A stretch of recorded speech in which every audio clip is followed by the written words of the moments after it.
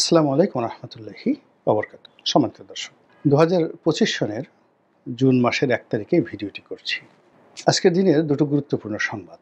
এক নম্বর হলো আন্তর্জাতিক অপরাধ ট্রাইব্যুনালে শেখ হাসিনার বিচার হচ্ছে এবং এই বিচারটি সরাসরি সম্প্রচারিত হচ্ছে গণমাধ্যম, সে ক্যামেরা ট্রায়াল। সাদ্দাম হোসেনের বিচার যেভাবে হয়েছিল আমেরিকার বুদ্ধিতে পরামর্শে পুরো বিচার ব্যবস্থাটা মানে তারা ট্রান্সপারেন্সির কথা বলে মিডিয়াতে তারা দিয়ে দিয়েছিল।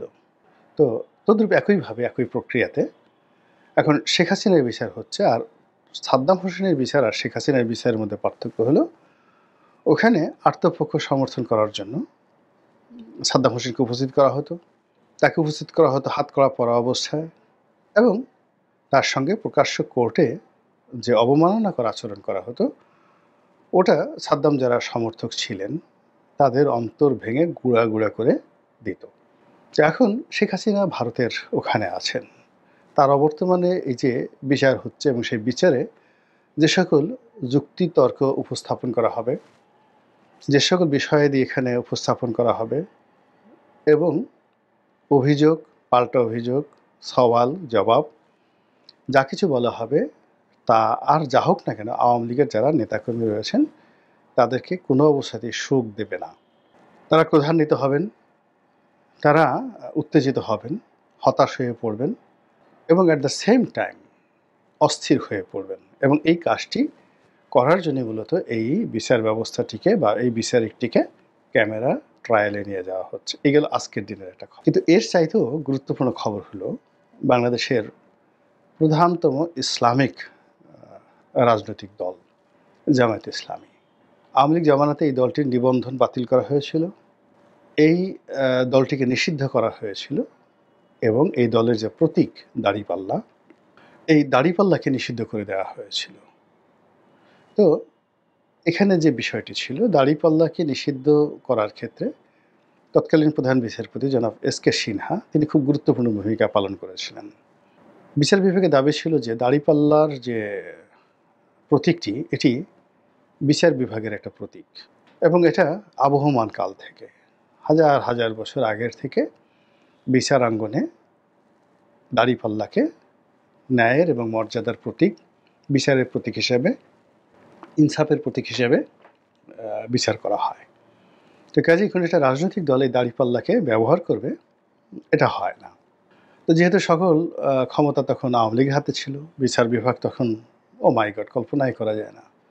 একদিকে এস.কে. সিনহা, অন্যদিকে অপরাধ ট্রাইব্যুনাল, আর একদিকে শামসুদ্দিন চৌধুরী মানিক থেকে শুরু করে যারা হাইকোর্টে বসতেন, প্রায় সব বিচারকেরই ক্ষমতা দেশের প্রধানমন্ত্রী রাষ্ট্রপতির চাইতে বেশি বই কম ছিল না। প্রকাশ্য পার্লামেন্টে ঘন্টার পর ঘন্টা আলাপ আলোচনা করেও হাইকোর্টের একটা বিচারপতির পশম স্পর্শ করার ক্ষমতা 2010-11 সালে আওয়ামী লীগের ছিল না। তো ওই সময়টাতে জামাতের উপর যে জুলুম চলেছে, অত্যাচার চলেছে, অপবাদ দেওয়া হয়েছে, জামাতের সমস্ত কর্মকাণ্ডকে বিচারের আওতায় এনে যেভাবে বিচারকরা তাদের মতামত ব্যক্ত করেছেন তার একটি প্রাকৃতিক প্রতিশোধ হয়ে গেল আজকের এই দিনটিতে। আপনারা জানেন যে জামাতের নিবন্ধন বাতিলের বিষয়ে আমাদের মহামান্য হাইকোর্টের একটা রায় ছিল এবং সেই রায়টি এই জমানাতে এসে অ্যাপিলেট ডিভিশনে গিয়ে সেটি বাতিল হয়ে গেছে। ফলে এখন নির্বাচন কমিশন জামাতের নিবন্ধনটি দিতে বাধ্য, অর্থাৎ এটি এখন একটি নিবন্ধিত দল। 2 নম্বরে যেটি রইল সেটা হলো দাড়িপাল্লা। এটার যে প্রতীক দাড়িপাল্লা এটাও ফেরত পাওয়ার সময়ের বিষয়। এখন মনে হচ্ছে না যে এস.কে. সিনহার মতো কোনো বিচারক ওভাবে বলবেন যে না, এটা বিচার বিভাগের প্রতীক, আপনাদেরকে দাড়িপাল্লা দেওয়া যাবে না, আপনারা ফুটবল নেন, অথবা আওয়ামী লীগ যেহেতু নিষিদ্ধ হয়ে গেছে আপনি তাদের নৌকা নেন, নৌকার পরিবর্তে জাহাজ নেন বা টাইটানিক নেন, এরকম হতে পারে। কিন্তু অবস্থা দৃষ্টে মনে হচ্ছে না যে স্রোতের প্রতিকূলে এখন কেউ যাবে। তো এই যে জামাত নিবন্ধন ফিরে পেলেন এবং তার প্রেক্ষিতে শুধু আলহামদুলিল্লাহ, সুবহানাল্লাহ, আল্লাহু আকবার, জামাতের যারা লোকজন তাদের আনন্দ উচ্ছ্বাসে আজকে সামাজিক মাধ্যম গণমাধ্যম সয়লাভ। জামাতের আমির স্ট্যাটাস দিচ্ছেন, জামাতের কর্মীর স্ট্যাটাস দিচ্ছেন, এবং তারা যেটা বলতে চাচ্ছেন যে তারা এই নিবন্ধন ফিরে পাওয়ার মাধ্যমে যে রাজনীতি করছেন সেটা জামায়াত ইসলামীকে রাষ্ট্র ক্ষমতা নেওয়ার জন্য নয়, তারা যে কাজটি করছেন সেটা হলো ইসলামকে রাষ্ট্র ক্ষমতা নেওয়ার জন্য। খুবই সিগনিফিক্যান্ট একটি কথা, খুবই গুরুত্বপূর্ণ একটি কথা। এটা নিয়ে তর্ক হতে পারে, বিতর্ক হতে পারে, কিন্তু বাস্তবতা হলো যে আজকের এই দিনটি জামাতের, এবং এরকম আনন্দের দিন জামাতের জীবনে কখনো আসেনি।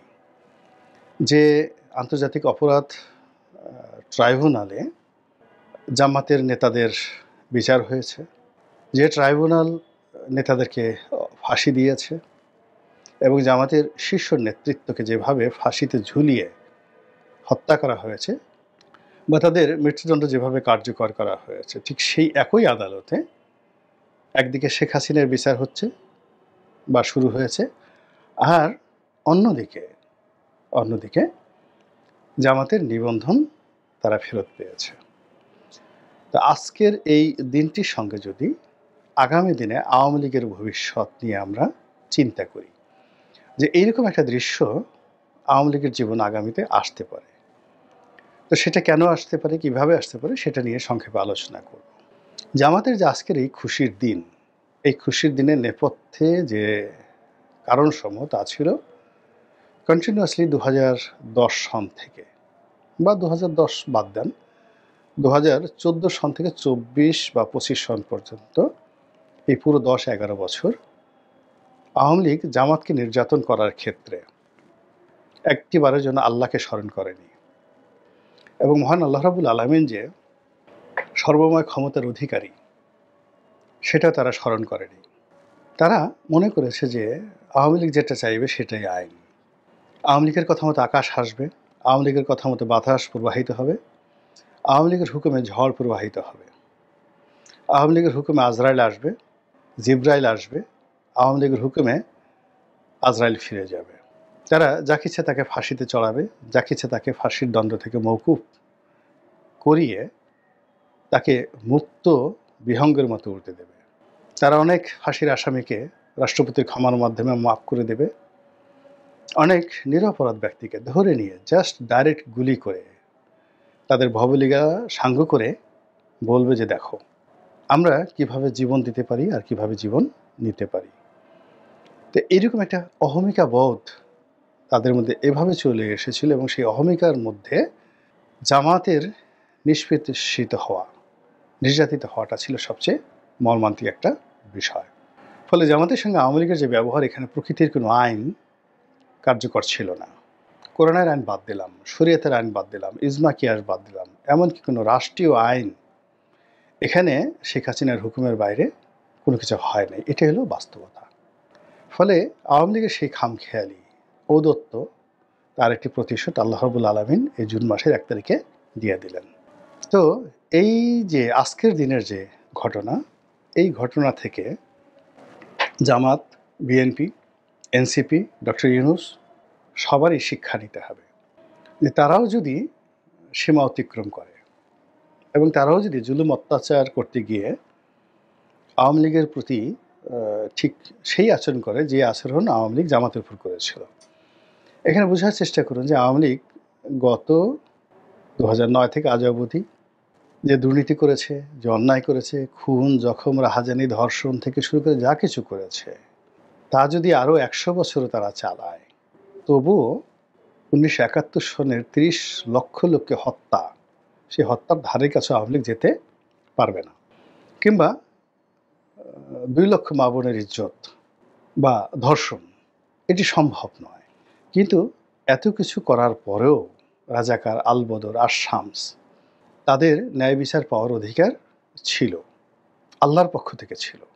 এই যে আল্লাহ রাব্বুল আলামিন কিয়ামতের ময়দানে তিনি যেটি করবেন সেটি হলো ন্যায় বিচার প্রতিষ্ঠা করবেন। ওখানে হিটলারের বিচার হবে, চেঙ্গিস খানের বিচার হবে, সওয়াল হবে, জবাব হবে। তারা সরাসরি আল্লাহর সাথে বিতর্ক করবেন, সমস্ত পাপী তাপীরা। এবং আল্লাহ রাব্বুল আলামিন মানে তার আদালতে এমনভাবে ট্রান্সপারেন্টলি ন্যায় বিচার তিনি প্রতিষ্ঠা করবেন, যারা জাহান্নামে যাবেন তারা স্বীকার করতে বাধ্য হবেন যে জাহান্নামটাই তাদের প্রাপ্য। এই হলো আল্লাহর ন্যায় বিচার। কিন্তু আল্লাহ তো ইচ্ছে করলে এত ঝামেলার দরকারটা কি? তিনি তো মহান, সুমহান, মালিকুল মুলক, ওয়াহিদুল কাহ্হার।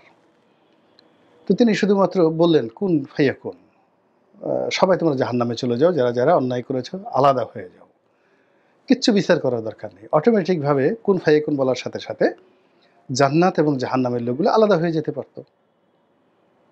তো সেখানে তিনি বলতেন যে কুন, একেবারে জাহান্নামের যারা যাবে তারা আলাদা হয়ে সোজা ডাইরেক্ট জাহান্নামে চলে যাও। এই কিয়ামতের ময়দানের এত আনুষ্ঠানিকতা দরকার নাই, হাসরের ময়দানে আনুষ্ঠানিকতা দরকার নাই, তারপরে পুলসিরাত, মিজান, কোনো কিছুর এত আনুষ্ঠানিকতা দরকার নেই। কিন্তু কেন আল্লাহ রাব্বুল আলামিন এই আনুষ্ঠানিকতা তিনি করছেন?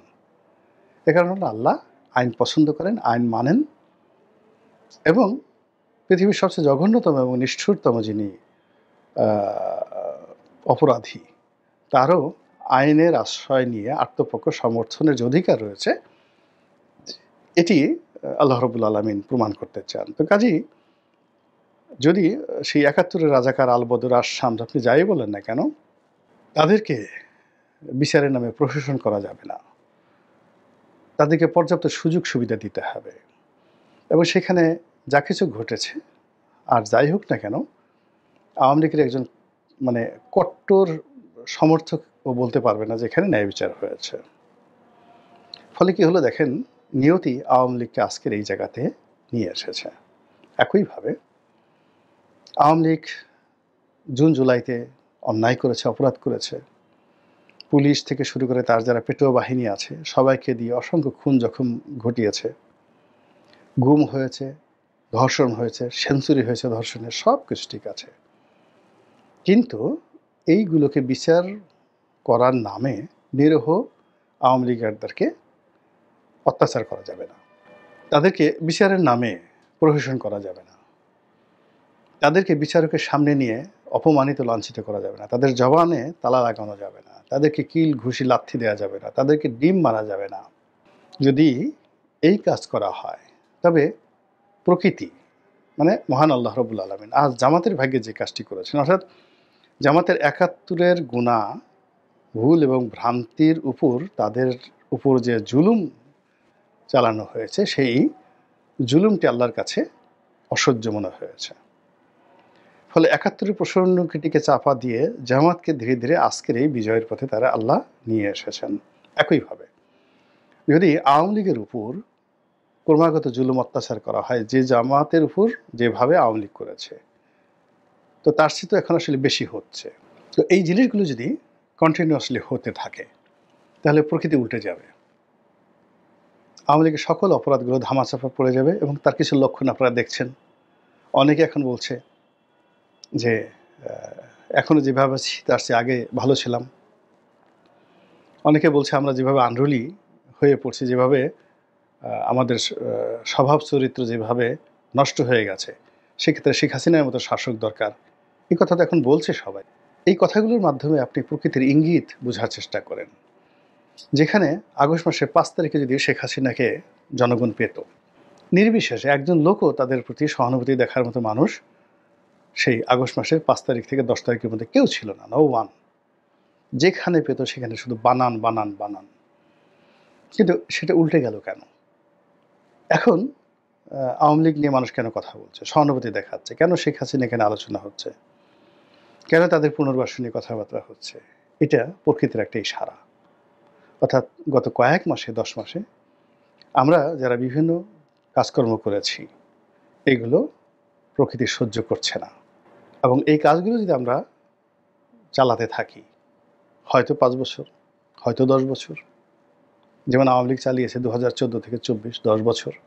তো সেই যে ১০ বছর যদি এইভাবে আপনি চালান, ১০ বছর পরে এরকম একটা জুনের তারিখ, বা ৫ বছর পরে এরকম একটা তারিখ, ১লা জুন, হয়তো আওয়ামী লীগের জীবনে আসবে, যেদিন একই সঙ্গে দুটো ঘটনা ঘটবে। আজ আওয়ামী লীগ নিষিদ্ধ, তাকে আইনগতভাবে পার্টি হিসেবে স্বীকার করে নেওয়া হবে এই মহামান্য হাইকোর্ট থেকেই, তার সব কিছু ফিরিয়ে দেওয়া হবে। আর এখন যারা আওয়ামী লীগের বিচার করছেন তাদেরকেও বিচারের কাঠগড়ায় দাঁড়ানো হতে পারে। এই পৃথিবীতে সব কিছু সম্ভব। এবং প্রকৃতি বারবার শুধু একই ঘটনা ঘটতে থাকে সব ক্ষেত্রে। কিন্তু আফসোস, আমরা কখনো ইতিহাসের নির্মম সত্য কখনো গ্রহণ করি না এবং শিখি না। মহান আল্লাহ আমাদের সবাইকে হেদায়েত দান করুন এবং হেফাজত করুন। আসসালামু আলাইকুম রহমতুল্লাহি ওয়া বারাকাতুহু।